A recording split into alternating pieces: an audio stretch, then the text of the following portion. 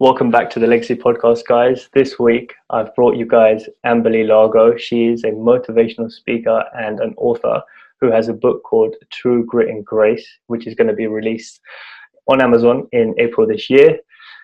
She actually went through a traumatic event in 2010, which changed the course of her life and the message that she wanted to share with the world as well. So since then, she's become a keynote speaker and also inspires millions of people on Instagram through the message that she shares. So I wanted to bring her to you guys this week to share her message, and so that you guys can pick some nuggets from her and learn about the message she has to share. So Amberly, thank you so much for taking the time out to be here with us this week.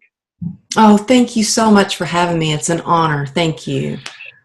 Amberly, so I stumbled across your Instagram not too long ago, and we connected, and I then had a look at one of the YouTube videos that you'd done with another individual that you'd interviewed with, and you mentioned in there that you felt that there was a light inside you that was dim, and that some of us can also have a light that's dim, and so we should seek to sort of fan those flames to brighten the light.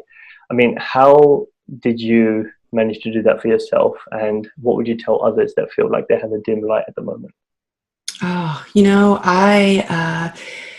after my motorcycle accident, and, I had just surgery after surgery after surgery, and I was, I couldn't exercise the way I did. I couldn't work the way I used to. I just was in denial about my whole, what I call my new normal. I didn't want to accept that I had a nerve disease, and I was really spiraling down and in a dark place. And I was always a really upbeat person. And I feel like I kind of visualized a light inside, and I felt like the light that was inside me was almost out. And thank God there was just enough light left that I knew I needed help and I needed to reach out. I was isolating, and but at least I had enough light to ask for help. I was always taught to suck it up and be tough, and I was vulnerable, and I had to embrace my vulnerability and kind of accept where I was and start where I was.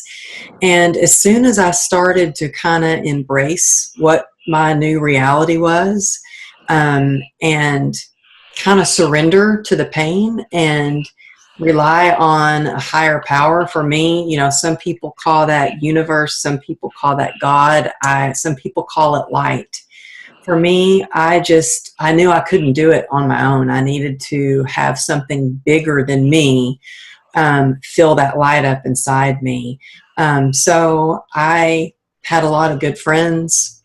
I started really my spiritual path. I was always a person that went to church, but I didn't consider myself religious. I didn't really like the whole idea of going to church, honestly.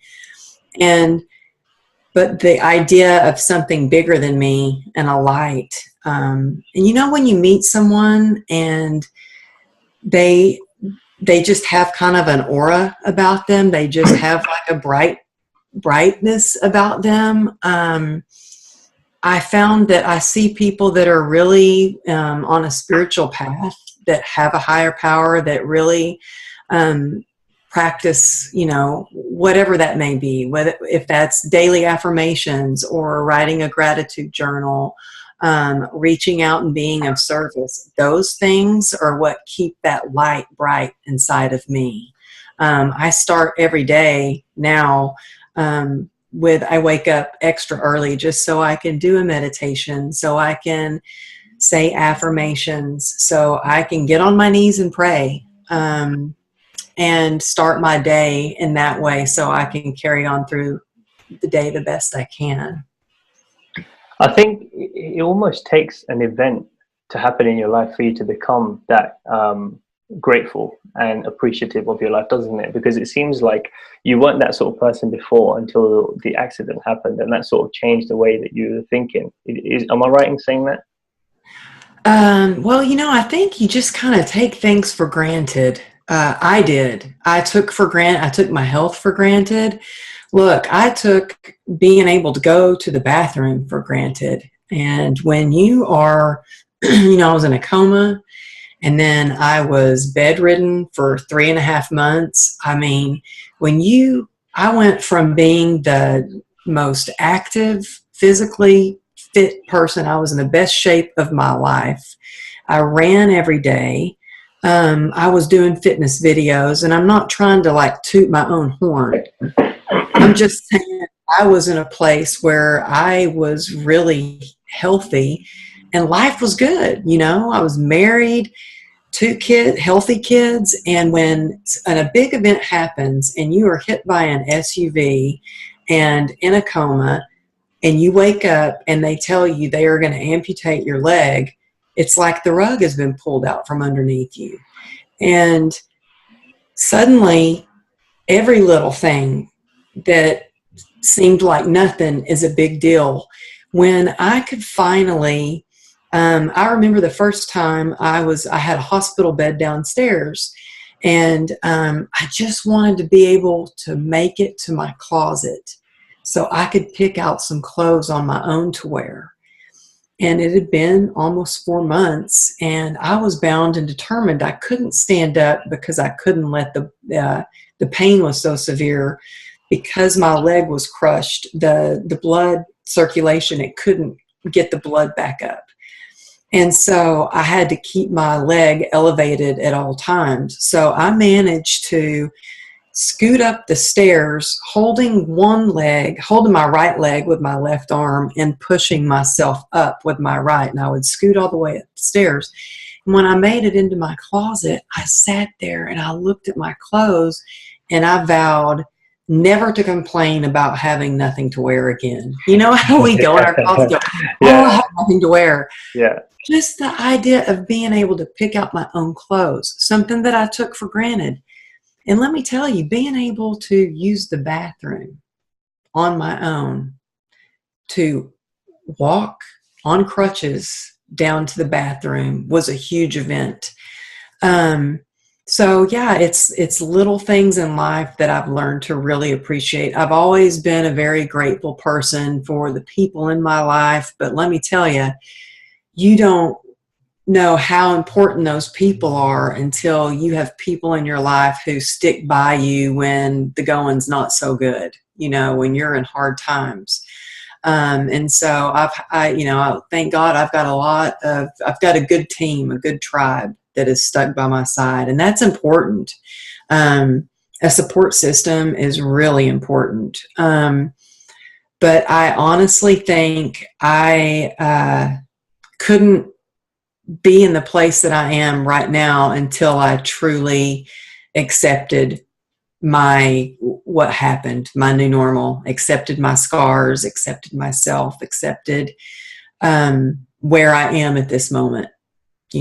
That's how you truly heal, is when you can accept your imperfections.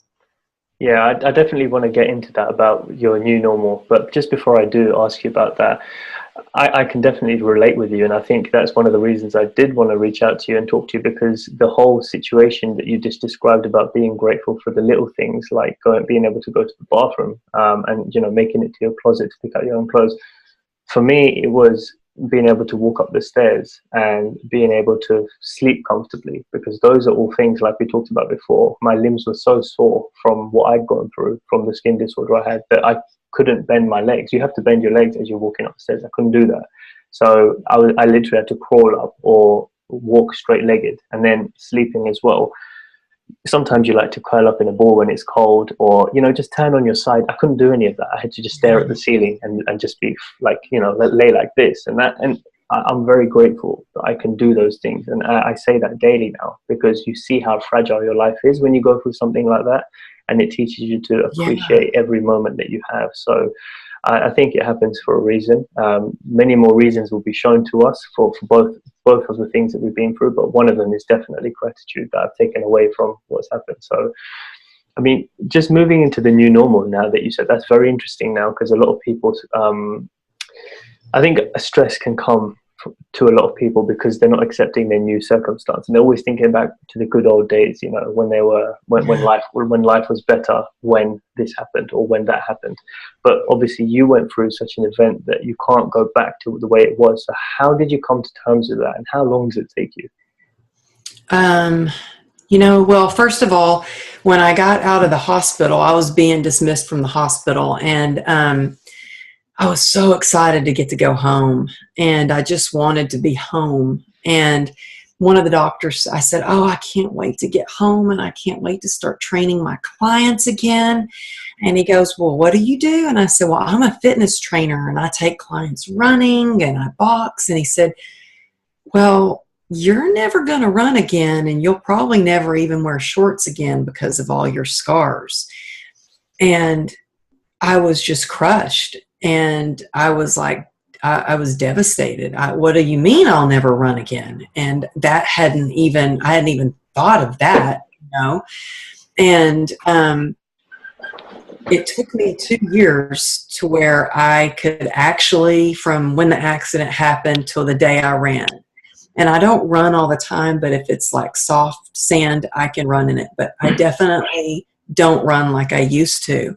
But what I noticed is actually my husband really helped me realize this, because one day I was having a little pity party saying, "Oh, you know, I used to run 5 miles a day." And he goes, "Stop it." And I was like, "What?" And he goes, you can't run anymore like that. So stop complaining about it. Move on. It's your new normal." And I was like, oh, it was kind of like somebody slapped some sense into me. And I thought from that day on, you know, you can't get caught up in coulda, woulda, shoulda. You have to accept where you are, and that is as it should be, you know. And I'm sure you've heard the saying, start where you are, use what you have, and do what you can. And if you get so caught up about regret and shame about the past, and if you're too anxious about the future, you're missing the moment that's right in front of you. It wasn't until I could honestly really say, okay, well, what can I do? And I can hike, I can go up a mountain, and some days I look up at the mountain and I'm like, oh my goodness, I'm kind of hurting today. I don't know if I can do it. And I think to myself, you know what? I am grateful that I can do that. Like, I look at it as, no, I'm blessed that I can do this, that I don't have to do it. I'm blessed that I can. I just focus on what I can do instead of what I can't do. And anytime I catch myself thinking about something negative, I immediately have trained myself to stop and think about something I'm grateful for. Because when you are in a place of gratitude, you don't have time for self-pity. You don't have time to feel sorry for yourself. You're just caught up, and yeah, you're grateful for the blessings in your life. Yeah. So, you know, it's a gradual thing. If you can catch yourself as soon as you start to think, you know, I'm broken, or, you know, you regret something that you did, or what if I would have waited 5 more minutes at the gym and then that car wouldn't have hit me. Well, you could spend all day long living in, you know, what ifs. But you have to go with, well, this is what it is. So this is how I'm going to live my life. Yeah, so it's almost like accepting where you are and then thinking about, how am I going to move forward from this? So almost thinking of the solution to where you are now and how you're going to move forward from it, rather than thinking about, you know, I wish it didn't happen, and that, you know, if only it'd gone in this direction, or I'd made this decision, or I'd spoken to that person instead. You know, there's a million things you can do, but I think stress comes from the fact that you feel like you're not in control. But if you switch the situation on its head, you can be in control of where you go next. And so then you regain the control and you start to feel like you have power again. And then it just builds momentum, I think. And that's definitely what I've done. You know, over time, over the last few years, I've tried to be grateful for the small things that I can start to do compared to what I couldn't do. You know, like being able to sleep comfortably and walk up the stairs, and and eat in peace and things like that I couldn't do before without being in pain. And so as you continue down that path, I think you find just your whole mindset shifts to seeing not just your health but everything in your life as something to be grateful for. So it sounds Yeah. it sounds like it's sort of a journey of self-love as well, would you say? I mean, did you have to Yeah. rediscover loving yourself, as weird as that sounds? Yeah. I am ashamed to admit that, after my accident, I would look down and I hated my leg. And hate's a 4-letter word in our household, but I actually at one point here doctors had, they had done 34 surgeries to save my leg and put it together when I had a 1% chance of saving it. And here it didn't function properly. It's all scarred up. I've got skin grafts and a scar from compartment syndrome and muscle flaps, and my calf, half of my calf is in the front of my leg. And I would look down at my leg in disgust, and it wasn't, I really started to have that shift when I was on my way to a doctor's appointment. And just like the week before, I was in so much pain with my leg that I had actually asked the doctor, I was like, can you just cut it off? And he's like, well, if I do, he goes, you have this nerve disease called chronic regional pain syndrome. And if we amputate your leg at this point, you're still going to feel the pain because it's coming from your sympathetic nervous system. So it won't really do any good. And so that wasn't a solution. And so I was on my way to another doctor, Dr. Don Wiss, who saved my leg. And when I got into the room, I was sitting waiting, and he comes in, and he's in his crisp white jacket, and he sits down in front of me, and he grabs my leg and he gently puts it in his lap. And he just put his hand over my leg, and he was just looking at it, holding my leg with both his hands, and he looked at it like it was a piece of art. And I just started crying, and I thought, oh my God, wow. He's like, yeah, it looks really good. And I thought, wow, if he can look at my leg like a piece of art, I can learn to love it. And so from that moment on, I started thinking, you know what? This is a expensive leg. This was got a lot of titanium in it, Yeah. and a lot of surgeries. And after that day, I started not covering my leg up like I used to. I would always cover it up and try to pretend like nothing was wrong. And I remember the first time my husband and I went to the beach. We were in Miami, and I always wore compression socks to keep my leg from swelling. And we were on the beach, and I took the compression sock off, and he goes, oh, well, don't you want to cover that up? You might want to cover that up. Maybe the sun will get on it. And I said, no, I'm fine. And it was the first time I exposed my leg there in, Miami on the beach with all these beautiful women. And it felt like a load, just like a load off my back. Like once you accept your imperfections, you've accepted them, and it doesn't really matter what anybody says. Nobody can really use it against you because you're like, yeah, this is me. I learned actually to, when people would stare or even make comments, I would say, oh yeah, shark attack, or I jumped out of a plane and landed on my leg. I just learned to make fun of it a little bit just because it made other people feel comfortable. But it got to the point where, my husband learned to accept it too. He was a little even faster at learning to accept it. But really, just accepting myself and learning to love it and being kind. I know it sounds silly, but being kind to my leg, treating my body with respect, exercising not to hurt myself, to benefit from it, eating the right things. Every time we eat something, we're either doing something for us or against us. I have treated treated it, like changed my whole diet, changed my whole way of exercising, my whole way of living, to try to really focus on doing what's best for being the best version of myself. But yeah, it really starts in baby steps of learning to love myself. And now I can say I can look down at my leg and see my scars and really love it and be proud of it, because it's a battle that I won. It's, I had someone approach me and they were doing a reality show, and they were using tattoos to cover up scars. And they asked me if I wanted to be on this reality show, and I would get a basically free tattoo all the way up my leg.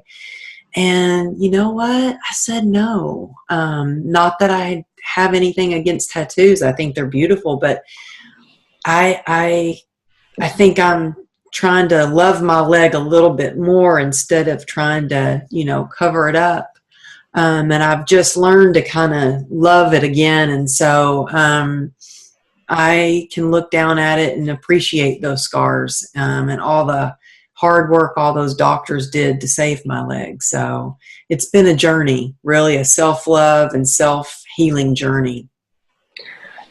It's amazing that you say that you feel like it's a battle that you won, because that's exactly how I feel. I think and you say it's in your book as well, as the subtitle, from tragedy to triumph, and that's the best way to describe it. Because if you look back on my Instagram as well, that's literally word for word one of the quotes that I'd made up, and it came from the fact that I felt similar to how you felt during the course of the pain that you felt. And the pain was insurmountable at the time, but I feel like I've come out of that. I'm still facing it from time to time, but it's nowhere near as bad. And I feel like it's something that I overcame. And now, rather than hiding it and feeling like I need to cover it up all the time, the areas of my body that were affected, I'm proud of it.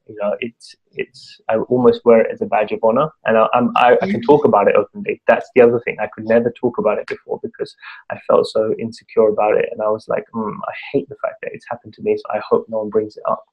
But now I'm if someone brings it up, I'll happily tell them, just the way we're sharing it now. And that's because I've come to a place of accepting it and then finding meaning from it almost. And so I use it as a sense of power rather than something that can hurt me or hold me back almost. Because that's what you think, when it initially happens to you, you think like you've been held back in some way. But really, two things have come from it. Your character has been formed and become stronger in a way that couldn't not have happened had you not gone through it. And now, as we'll get on to next, you're able to share a message from it, that will help other people,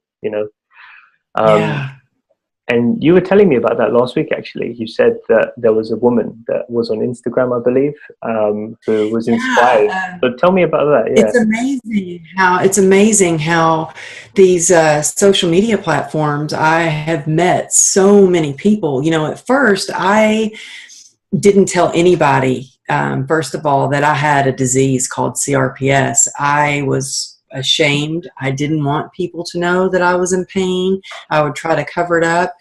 And then once I started to talk about it more, I met so many people, and I started to really try to change the narrative of CRPS, because when I first researched it, the first thing that came up was CRPS, nicknamed the suicide disease, because people that have CRPS kill themselves because once they find out that there's no cure and the pain is rated highest on the pain scale, they think, I don't want to live the rest of my life like this. So I thought, I want to see if I can change the narrative a little bit more and talk about it and give people hope that, look, doctors told me I would live in a wheelchair my whole life, and I'm up and I train clients.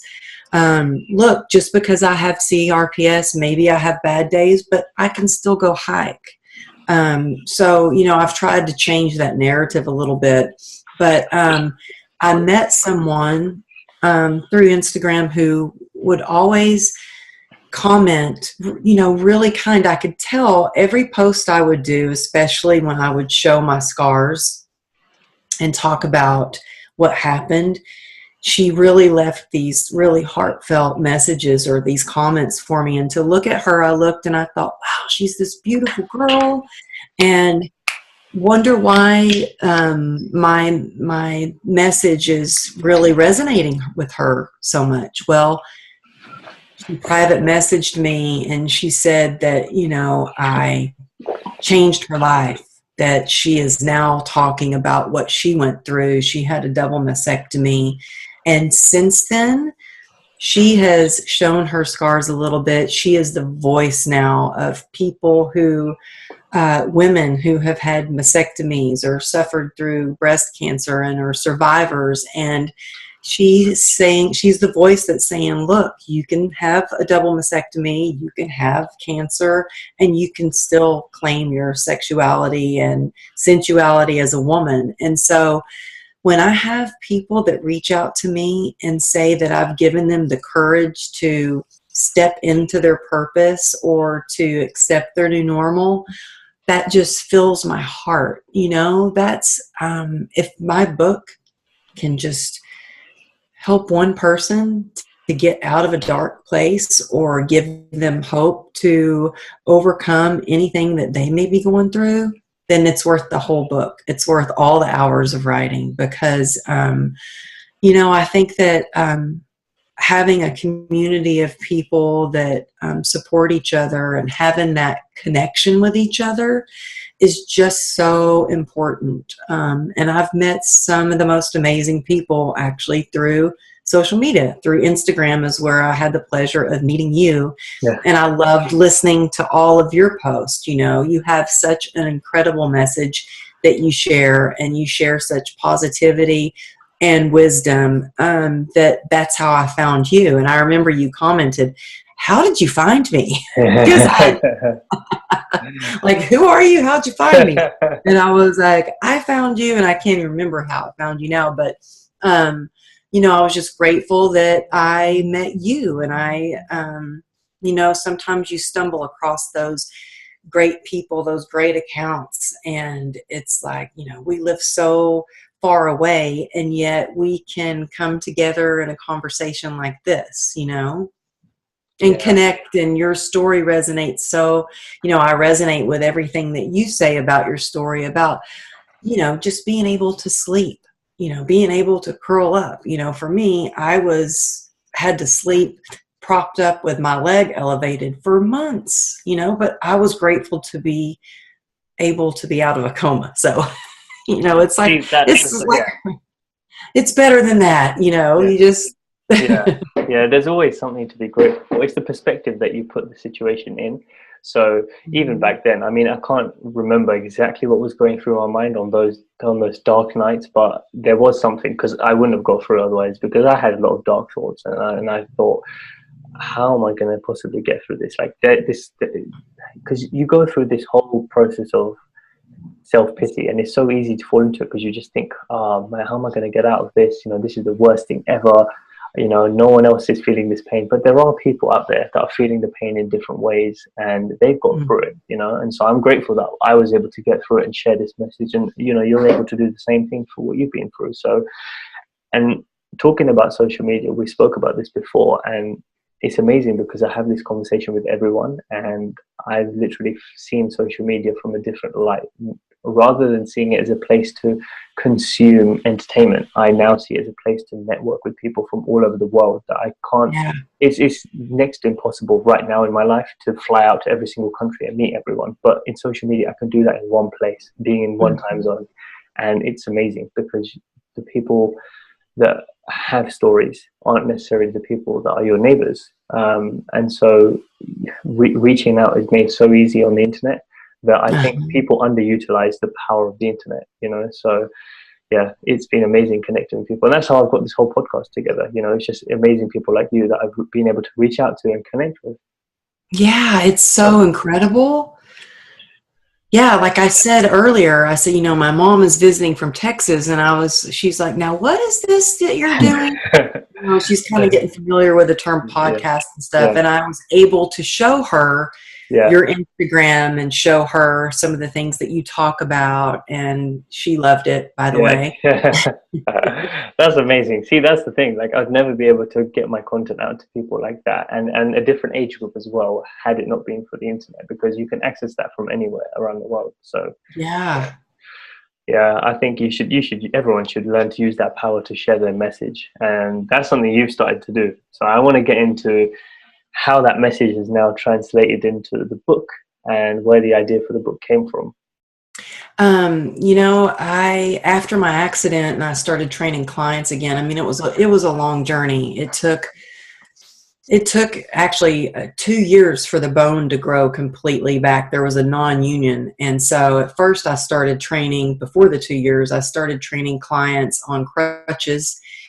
And I would have people at the gym come up to me and say, I was not wanting to go to the gym today and not take that spin class, but I thought about you here in your wheelchair the other day when I saw you in your wheelchair and you were working out, and I thought, I have no excuse.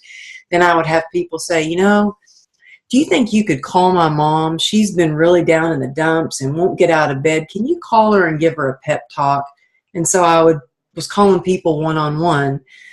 And then I had talked to a friend, and she had a networking group, and she said, would you come speak to my group? We have a breakfast meeting, and I would love if you would come speak to our group. And I said, I've never given a speech before. I don't know. She goes, that's okay. She goes, I can coach you on how to give a speech. And so I went out, bought a suit.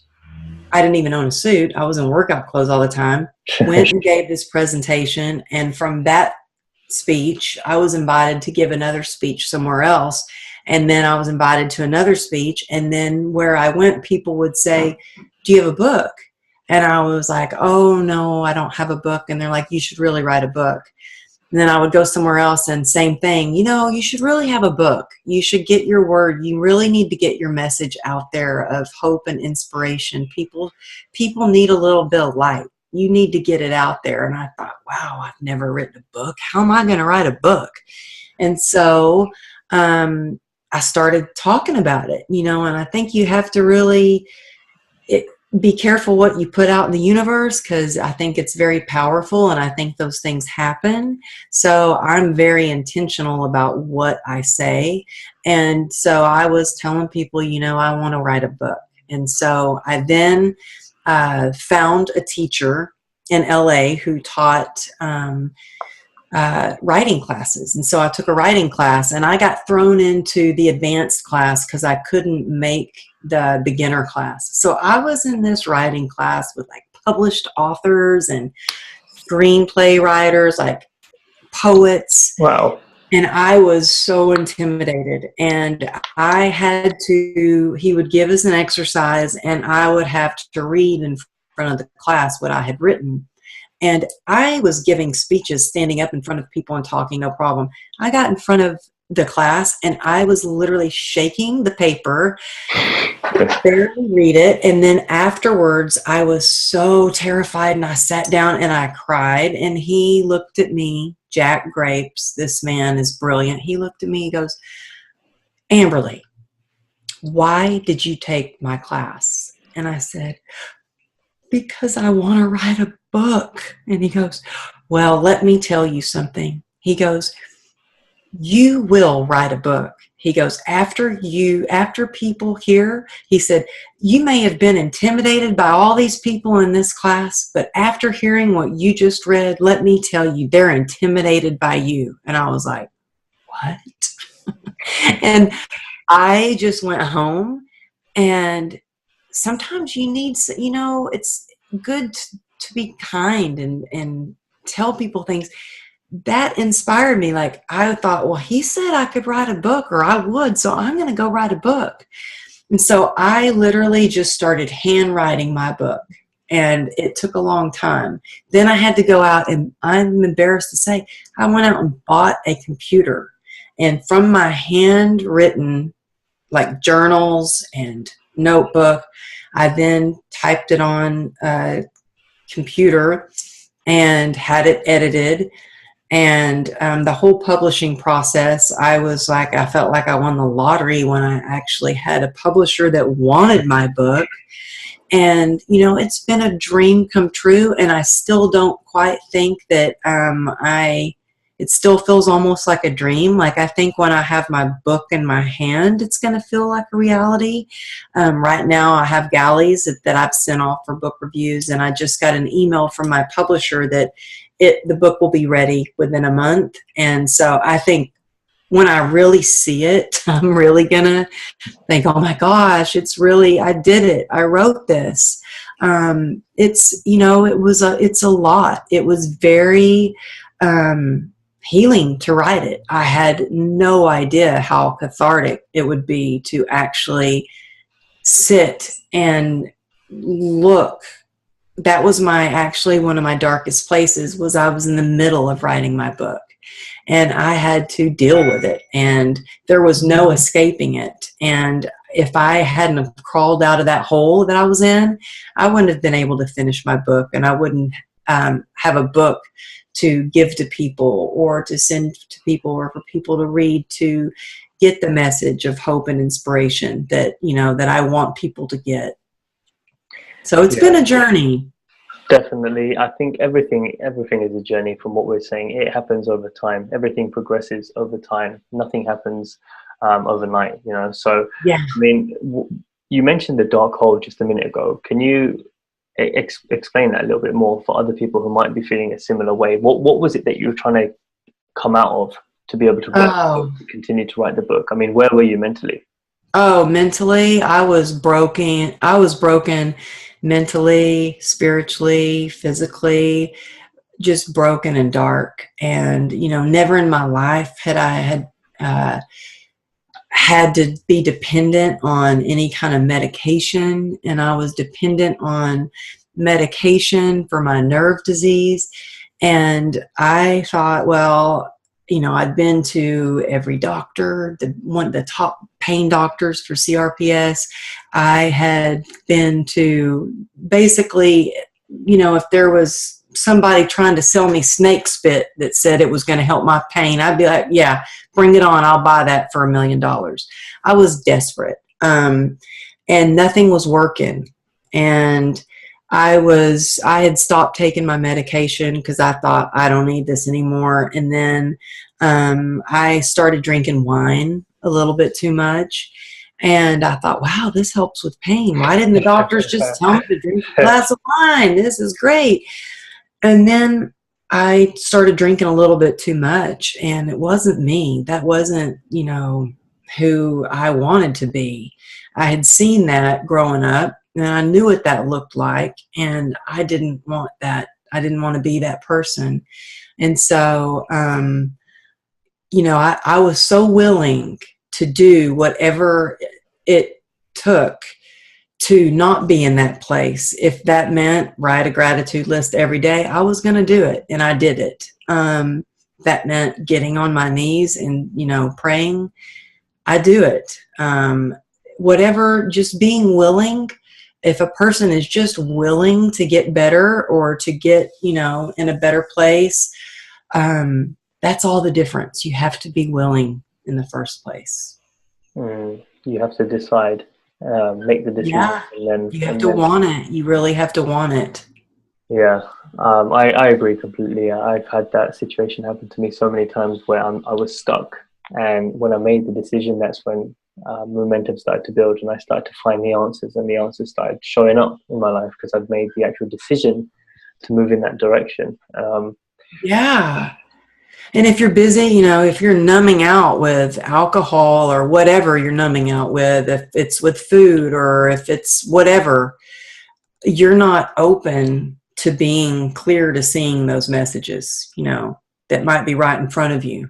Yeah, I think you use like drugs and alcohol to just suppress the issues that are happening in that period of your life, and that is just going to work temporarily. It's just a quick fix, isn't it? Until you start to fix that makes things worse. Yeah. Yeah, in the long term it does. Yeah, definitely, because you're not addressing the problem; you're just hiding away from it. And I think actually talking about that, a lot of people tend to do that, especially like in London. You have people who don't really like their jobs, or this can be anywhere, but I'm talking about London because I live there, and there's a lot of people that complain about their jobs, don't like where they are, and then they turn to drinking, or they turn to looking forward to the weekend, or looking forward to, you know, the fun events in their life. And the way I see it is like, you should try and find fun in everything, because you're wasting time otherwise. You know, time isn't something that you get back. Once it's gone, once you've spent it, that's it. So why spend it being upset? Try and find some meaning or some purposefulness in every second or every minute that's going by, even if it's not matching up to the life that you had in your head. Just find a way to find meaning in it, and then at least that way you're going to be happy moving forward, and treat it as a journey. You know, as you kept saying, everything has been a journey for you since that day in 2010. Yeah, and you know, I think that I am blessed that I love what I do, you know, and I don't get when people are like, yay, it's the weekend, because I work on the weekend too. I don't ever dread a Monday, because I love what I do, you know, and if you love what you do and you do what you love, you don't have, I don't think it's a very good way to live, just dreading all week and just looking forward to like 2 days that you're off work. I think that's sad. And I know people have to do jobs they don't want to do. I had to do jobs I didn't want to do, but I still found some fun in it somehow, you know, even if I was mopping the floor or baking cookies or waiting tables or whatever job that I had that I didn't necessarily wasn't my purpose. It just helped pay the bills, you know. Yeah, exactly. You can still use it as a stepping stone. That's it, exactly. It's a stepping stone to the next place. It's never where you're going to end up for the rest of your life. As long as you make the decision that it's only a transition period, it ends up being a means to an end rather than the end itself. So that's how I mentally have coped with like previous situations I've been. I've always known that it's a transition period. It's not where I'm going to be, you know, and every day that just helps me get through it. So just looking. I mean, I had a job at a cookie store. It was called the Cookie Jar, and I made the best of it. I asked the owner if I could wear roller skates. I said I would be more efficient if I could skate, because I could get to the oven faster and I could get to the, you know, refrigerator faster than back up to the counter. So he let me wear skates. And so I was at a job baking cookies and selling cookies, but I got to roller skate, you know? So it's just like making the best out of whatever you're doing. It doesn't hurt to ask, you know. If you don't ask, the answer will always be no. So that ended up being a really fun job. Yeah, that sounds amazing. Never heard of anyone doing that before. So yeah. But yeah, so I mean, sort of bringing it full circle now to what you're doing today. So are you just training your clients and doing speaking events? Is that what your day-to-day looks like now? Yeah, I don't train as many clients as I did, because I've been speaking more, but I still have a handful of clients. I think I will probably train clients. One of my clients I've had for 20 years, but I've been doing more speaking jobs, and now I am doing a lot more podcasts and a lot more, like I just booked an event that sounds really fun, and I thought, what a great idea. It's an organization that they feed healthy organic food. They serve a dinner, and they have a book. And so everybody there gets a book, and then the author gives a speech about the book, and then there's questions and answers. So I'm going to be doing that. And then I've got another book signing coming up, and then a couple of speeches coming up. So it's been getting really busy with that. And also I've been doing writing for a lot of websites, especially that deal with websites that promote support for people that live in chronic pain or with chronic illness. So I've been doing a lot of writing. So it's kind of crazy how your life changes. And I went from not ever even owning a computer to my life has become where I'm in an office at my home on the computer a lot. Yeah. So, but I love it, and it's so fulfilling. And I just love that, like, I get to meet you and talk to you and connect with you. I've been looking forward to this all day. and now I'll have a reason to go, to London. Yeah. I Oh, need to go travel. no, definitely, and likewise with me as well in Texas to come down and see that, because I've never Yeah. been to the US. So yeah, um, but I was interested to ask you. I mean, you mentioned you do a lot of writing and speaking now, and those are two things that I absolutely love above everything else, is writing and speaking. But do you find that that was always something you were interested in, even when you were younger, or is it something that you've been forced to do naturally because of what you went through?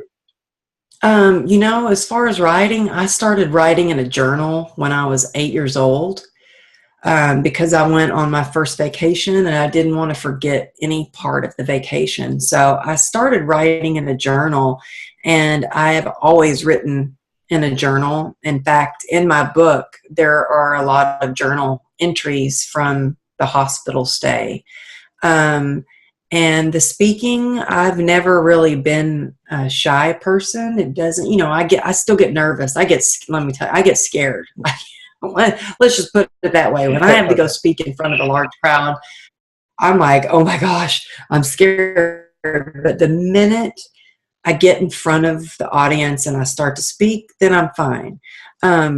But I would say I've always been a writer, but I think this accident, things happen for a reason. This has led me into, I feel like, my purpose of sharing a message, of tragedy into triumph, of turning obstacles into opportunities. If you have something bad, what can come good of it? What is the silver lining? So I'm just, honestly, I pray. I say, God, use me. God, use me. What do I need? What do I need to do to be my best version and to bring light and positivity into the world? And I didn't really know how to pray very well, and so that's a quick, simple thing for me. But yeah, I've enjoyed it, and I'm enjoying now that I'm getting to do even more speaking. It's exciting.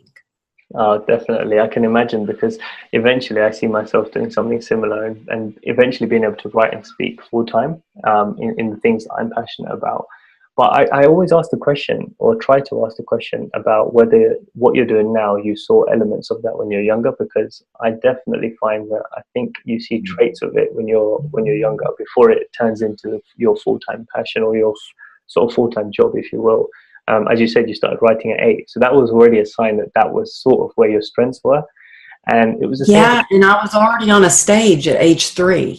Wow, there you go then. Yeah, exactly. So, and I find that to be the same with me. One interesting thing that I did, and for anyone listening, if you guys are stuck in terms of trying to find what your strengths are, this definitely helped me. So I look back at some of my school reports. So I'm 25 now, but I look back when I was 10, 11, 12, and what my school teachers were saying about me in the papers that they were writing for my parents. And then I looked at all the years, I put them all out, and then I just circled all the things that were consistent throughout. So one of them is quite funny now when I look back, is that I used to always talk. Really? I used to always talk and distract other students. And I used to get told off by the teacher for it and get sent out, and always used to go to the head teacher's office because of it. But now I see it as a strength. That's something that I had an urge to do naturally, was just to speak and connect with people. And the other thing was writing. I always used to be good at writing in English, writing emails on the computer, and that was one thing. Really? Yeah, I never noticed that until I actually consciously took the time to think about what I'm good at. And yeah, I definitely boiled it down to speaking and writing, and hence why I express myself on Instagram. And I'm trying And to. I love that. I mean, your posts are so good, and the way you speak, I love it. That takes a lot of courage, because I can go out and speak in front of people, but I have a harder time videoing myself and then seeing myself. Like, it's harder Yeah, for me to do that. yeah. So I really think that's amazing that you do, and the videos that you do. No, that's really humbling to hear, because it's amazing to see that you find value in it, because I never put it out there for myself. It's always for other people. So it's good to know that, other people are actually finding use in it and finding Oh it. yeah. So, It's awesome. no, thank you. That means a lot. And I think You're my go-to page. Like, like sometimes you don't have time to scroll, but you're a page that I go to like, oh, gotta go check it out. You're gonna make me blush. Stop saying that. No, I'm honestly, it's because of I think, look, so you mentioned about coming in front of the camera and being shy almost and being self-conscious. If you look back at my posts, I've got 1,000 posts, literally over 1,000, and I never did it up till this year. And this year is when I made the decision that, I'm so passionate about this message of legacy and thinking about your life from a different perspective and looking at the long term rather than the short term. That message to me, I'm just really passionate about it. And I thought, I need to put my face out there and I need to start speaking. So I'm doing the writing, I'm making the quotes, which is fine. And people really love the unique style of me putting the words together the way that I do. But now it's about speaking as well, because I can do it in my social circles. I do it and people find it to be very helpful because I say things in a way that other people aren't able to express because I'm just saying it naturally out of passion. And so I thought, I want to bring this to the world now and say it. And then eventually from Instagram, I hope it transitions into being on a stage. It will. You're saying it now. It will. I could totally see that. Yeah, because the way I'm seeing it is in steps, right? So it was on social circle, which is offline. And now on Instagram, which is online, but that's only short, like 1 minute clips. And now we're doing a podcast, right? So that's for like 40 minutes, an hour. And then eventually it'll be on the stage. I'll be joining you on the stage one day. Yeah, I would love that. Wouldn't that be awesome? Definitely. And I just looked at the time and I have to go. I'm so sorry. No, we're wrapping. I can literally talk to you all day long. No, same here, definitely. That's like when I talked to you before, I could really talk to you all day long. I just, I feel like we're on the same page. And I have to be honest with you, I have to get my daughter to her horseback riding lesson. No, that's fine, definitely. So we'll wrap it up. There's just 3 quick questions I like to ask everyone. So it'll just take another 2 or 3 minutes. So the first one is, if you were to go back to your 18-year-old self, with all the knowledge and the experience you have now, what would you say to the 18-year-old Amberly? If I love yourself. I'm trying to think. I'm sorry. Love yourself first, and everything will fall into place. And I'm sorry. I'm a little distracted because they're like waiting for me in the car, and they're texting me right now. So I'm sorry. I'm a little distracted. Let me just tell them. Sorry. No, go for it. That's fine.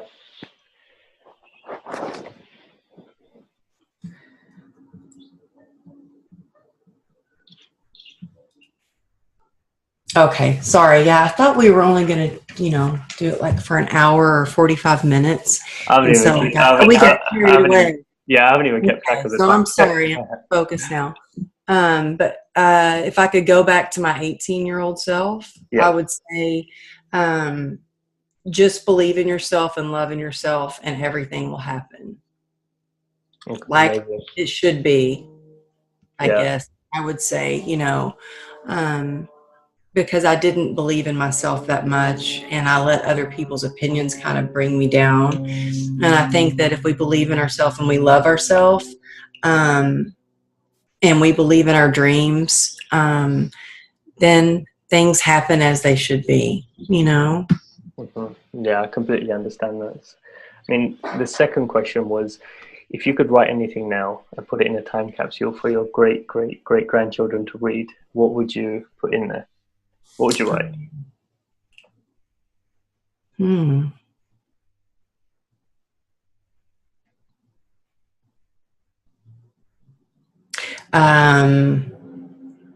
I'm always watching over you, I guess. I believe that, that my great grandmother watches over me, and that gives me peace to kind of know that I feel like, she's watching over me. So I would probably say something like, I'm proud of you. I'm proud of you. I love you. And I'm watching over you. Yeah, that's beautiful. I'm sure that they'd love to read that as well. It'd be empowering Yeah. for Or parents. something that, like they're loved, they're safe, and they're empowered, Mm, something to let them know that they're safe and they're loved. mm. So the last question is: you're 90 years old now, and you're looking back at your life. What would you be? What would you want your message to be for the world to be left with when you leave? Mm. Um, I was going to say something funny like a Texas thing, but I'll be serious. Um, what would I say? Maybe carry on, warrior, or I don't know, believe you can and you can. These are hard questions. I think I'm like brain dead. What would you say? That's the first time someone's asked me that, actually. So what I would say is, can you still hear me? The Yeah, connection. I can hear you now. Cut out a Oh, little bit. perfect. Yeah. Yeah, So what would you say to if you were 90? if I was 90, the message that I'd want to leave the world with is that think about the legacy that you want to leave behind. Every day that you're living, you're recreating a story for your life, and your life can either serve as an example or a warning in the end. So decide which one you want it to be. Yeah, that's good. That's good. And I would want to, I try to be an example, be an example for my children. They've been a big inspiration to me, to be a survivor and not a victim. So I would want to be known as a survivor, someone who rose above a lot of difficulty. Someone who survived the game of life and came out on the other Yeah. side. Yeah. That's amazing. So, just to wrap this up, because I know you have to go, but I I think know. this could go on forever otherwise. But I think, I do. I really have to go. yeah, no, My I think, daughter rides in like 15 minutes. yeah, no. So thanks again for taking the time. I think Yeah. Thank you. everyone is going to really enjoy this one, and I look forward to connecting with you again soon. I really look forward to it. Thank you so much for taking the time. I always love talking to you. Thank you. Thanks. Bye. Okay. Bye.